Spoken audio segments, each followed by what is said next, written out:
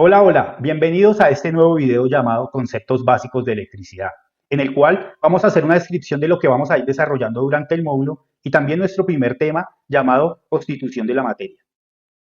Vamos a ver constitución de la materia, qué es el electrón, qué es un circuito eléctrico, cuáles son las unidades eléctricas, para qué nos sirve la ley de Ohm, qué es potencia eléctrica, diferencia entre corriente alterna y continua, para qué nos sirve el electromagnetismo, diferencia entre un circuito serie y un circuito paralelo, medidas eléctricas con multímetro y herramientas necesarias para realizar bien nuestro trabajo. Los fenómenos eléctricos empezaron a conocerse en épocas muy remotas anteriores al nacimiento de Cristo, aunque no fue hasta finales del siglo XIX que se descubre el electrón y se define la teoría que conocemos hoy. La electricidad tiene su origen en el movimiento de una pequeña partícula llamada electrón que forma parte del átomo. El átomo es la porción más pequeña de la materia y la materia es todo aquello que ocupa un lugar en el espacio. Ejemplo, la madera, los metales, las montañas, el agua, en nuestro caso las lavadoras, las neveras, y está compuesto por un núcleo donde se encuentran otras partículas como los protones con carga positiva y los neutrones sin carga. Alrededor del núcleo giran en órbitas los electrones que tienen carga negativa y hay tantos electrones como protones, por lo que el átomo se encuentra equilibrado eléctricamente. Un átomo puede tener muchos electrones situados en órbitas que giran alrededor del núcleo. Bueno, como lo estábamos hablando acá, entonces, acá tenemos nuestro átomo, que está dentro de la materia, y este átomo tiene unas órbitas en donde vamos a encontrar los electrones, que tienen carga negativa. Acá en el núcleo encontramos los protones con carga positiva y estos acá de color rosado serían los neutrones. Hay fenómenos que consiguen arrancar electrones de las órbitas externas del átomo, quedando entonces carente de cargas negativas. El átomo se convierte así en un ion positivo. Al producirse el abandono de un electrón de su órbita, queda en su lugar un hueco, el cual atraerá a un electrón de un átomo contiguo. En este modo se desencadenará una cascada de electrones arrancados de otros átomos contiguos para ir rellenando huecos sucesivos y así se produce una circulación de electrones. La fuerza que obliga a los electrones a circular por un conductor depende de la diferencia de electrones existentes en los extremos de un conductor. Bueno, en este caso tenemos aquí un conductor, que sería en este caso el cobre, que es el más utilizado en casi todos los circuitos eléctricos. Como decimos, como habíamos dicho, el cobre pues es materia y dentro de la materia pues se encuentran los átomos, en este caso pues átomos de cobre, ¿cierto? Entonces acá vemos cómo en sus órbitas existen los electrones y cómo se empiezan a desplazar de un átomo al otro por una fuerza que más adelante vamos a hablar cómo se llama esa fuerza que permite e impulsa a que estos electrones pasen de un átomo al otro. Si en un extremo se tienen muchos electrones mientras que en el otro apenas hay, aparecen aquí huecos. La tendencia natural es que se produzca una circulación de electrones hacia el extremo donde hay huecos para alcanzar así su equilibrio. La diferencia existente en el número de electrones entre un extremo y otro y que determina la fuerza con la que circula recibe el nombre de diferencia de tensión, diferencia de potencial o voltaje, lo que significa que cuanta mayor tensión o voltaje exista en los extremos de un conductor, mayor es también el número de electrones que hay dispuestos de un lado para desplazarse al otro. Bueno, entonces vamos a explicar ese pedacito. Acá tenemos un extremo del conductor, o sea, esto es como si le hiciéramos un corte al cobre y lo miráramos de frente, o sea, sería esta parte de acá. Y acá, donde están los huecos, es el otro extremo del conductor. Entonces vemos que acá existen muchos electrones y acá no hay electrones. Acá hay huecos. Entonces, esta diferencia de electrones, ¿sí?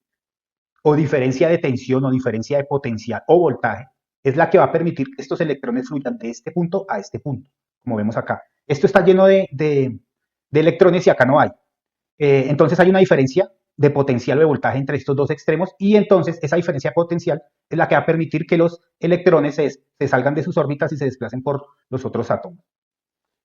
Un ejemplo sencillo y práctico de esto lo encontramos en nuestros hogares o en los lugares de trabajo, que son los tomacorrientes. En este caso tenemos dos puntos acá, este es el polo a tierra, pero no lo vamos a tener en cuenta en este momento. Estos dos puntos acá son estos dos extremos. Entre este y este existe una diferencia de potencial. Que cuando nosotros conectamos nuestra carga eléctrica, puede ser un motor eléctrico de una lavadora, puede ser una lámpara, puede ser un electrodoméstico, puede ser sí, un electrodoméstico, un computador. Entonces, se va a generar ese desplazamiento de electrones. Ahora vamos a hablar de los materiales conductores y los aislantes. No todos los átomos tienen la misma facilidad para desprender electrones de sus órbitas y originar una corriente eléctrica. Hay cuerpos como los metales, cobre, plata, hierro, etcétera, donde los electrones fluyen con facilidad, mientras que otros materiales, madera, plástico, caucho, corcho, encuentran mucha dificultad. Los primeros son llamados conductores, que son estos, los metales. Los segundos son llamados no conductores o aislantes. Ahora, lo primero que debemos saber es que la electricidad no es una energía primaria, sino secundaria. Es decir, que no, es decir, que necesitamos producirla. Recordemos que las energías primarias son aquellas que encontramos en la naturaleza y los recursos naturales. Así, para generar electricidad debemos transformar una energía primaria. De este modo, el primer paso es encontrar la energía primaria para someterla a una serie de procesos de transformación y así obtener finalmente la electricidad. Una vez tenemos esa energía secundaria producida, el siguiente paso será ajustar su potencia para transformarla hasta los hogares donde será consumida. Acá en esta imagen podemos ver cómo se puede transformar esa energía de los recursos naturales en energía eléctrica. Puede ser energía solar, hidráulica, o sea, con agua, energía, bueno, esta no porque esta no es natural, sí, también planta nuclear, energía eólica y planta de carbón. Producción de electricidad. Como hemos comentado, el primer caso para la obtención de electricidad es transformar esas materias primas que adquirimos del entorno natural y tras someterlas a una serie de procesos, conseguir finalmente una energía secundaria lista para ser llevada a los hogares y consumida. Bien, para la producción de esa energía secundaria primero necesitamos encontrar los recursos naturales que nos permitan la transformación. Estos recursos pueden ser renovables como el sol, agua y viento, y los no renovables como el petróleo, carbón y gas. Asimismo encontramos diferentes formas de producción a partir de los distintos recursos. Fuentes renovables. La generación de energía eléctrica se realiza a partir de recursos naturales inagotables y no contaminantes. En este caso, encontramos la energía eólica, hidráulica, solar fotovoltaica y biomasa como las más principales. Fotovoltaica, eólica y hidráulica como fuentes renovables. Y las no renovables, vamos a encontrar lo que son combustibles fósiles como el petróleo, el carbón y la energía nuclear.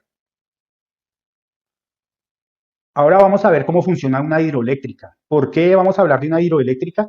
Porque es la forma más común de llevar electricidad a nuestros hogares o nuestros sitios de trabajo. Bueno, su funcionamiento es el siguiente.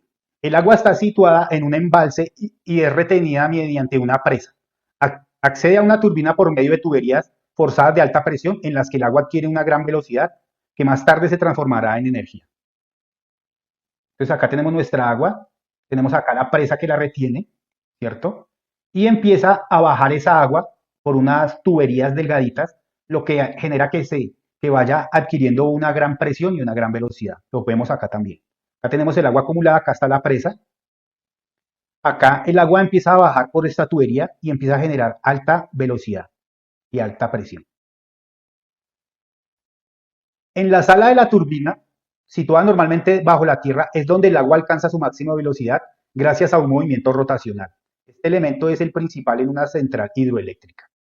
Esta máquina transfiere la energía obtenida mediante la fuerza del agua y un generador eléctrico que, como su propio nombre lo indica, se encarga de la transformación en energía eléctrica.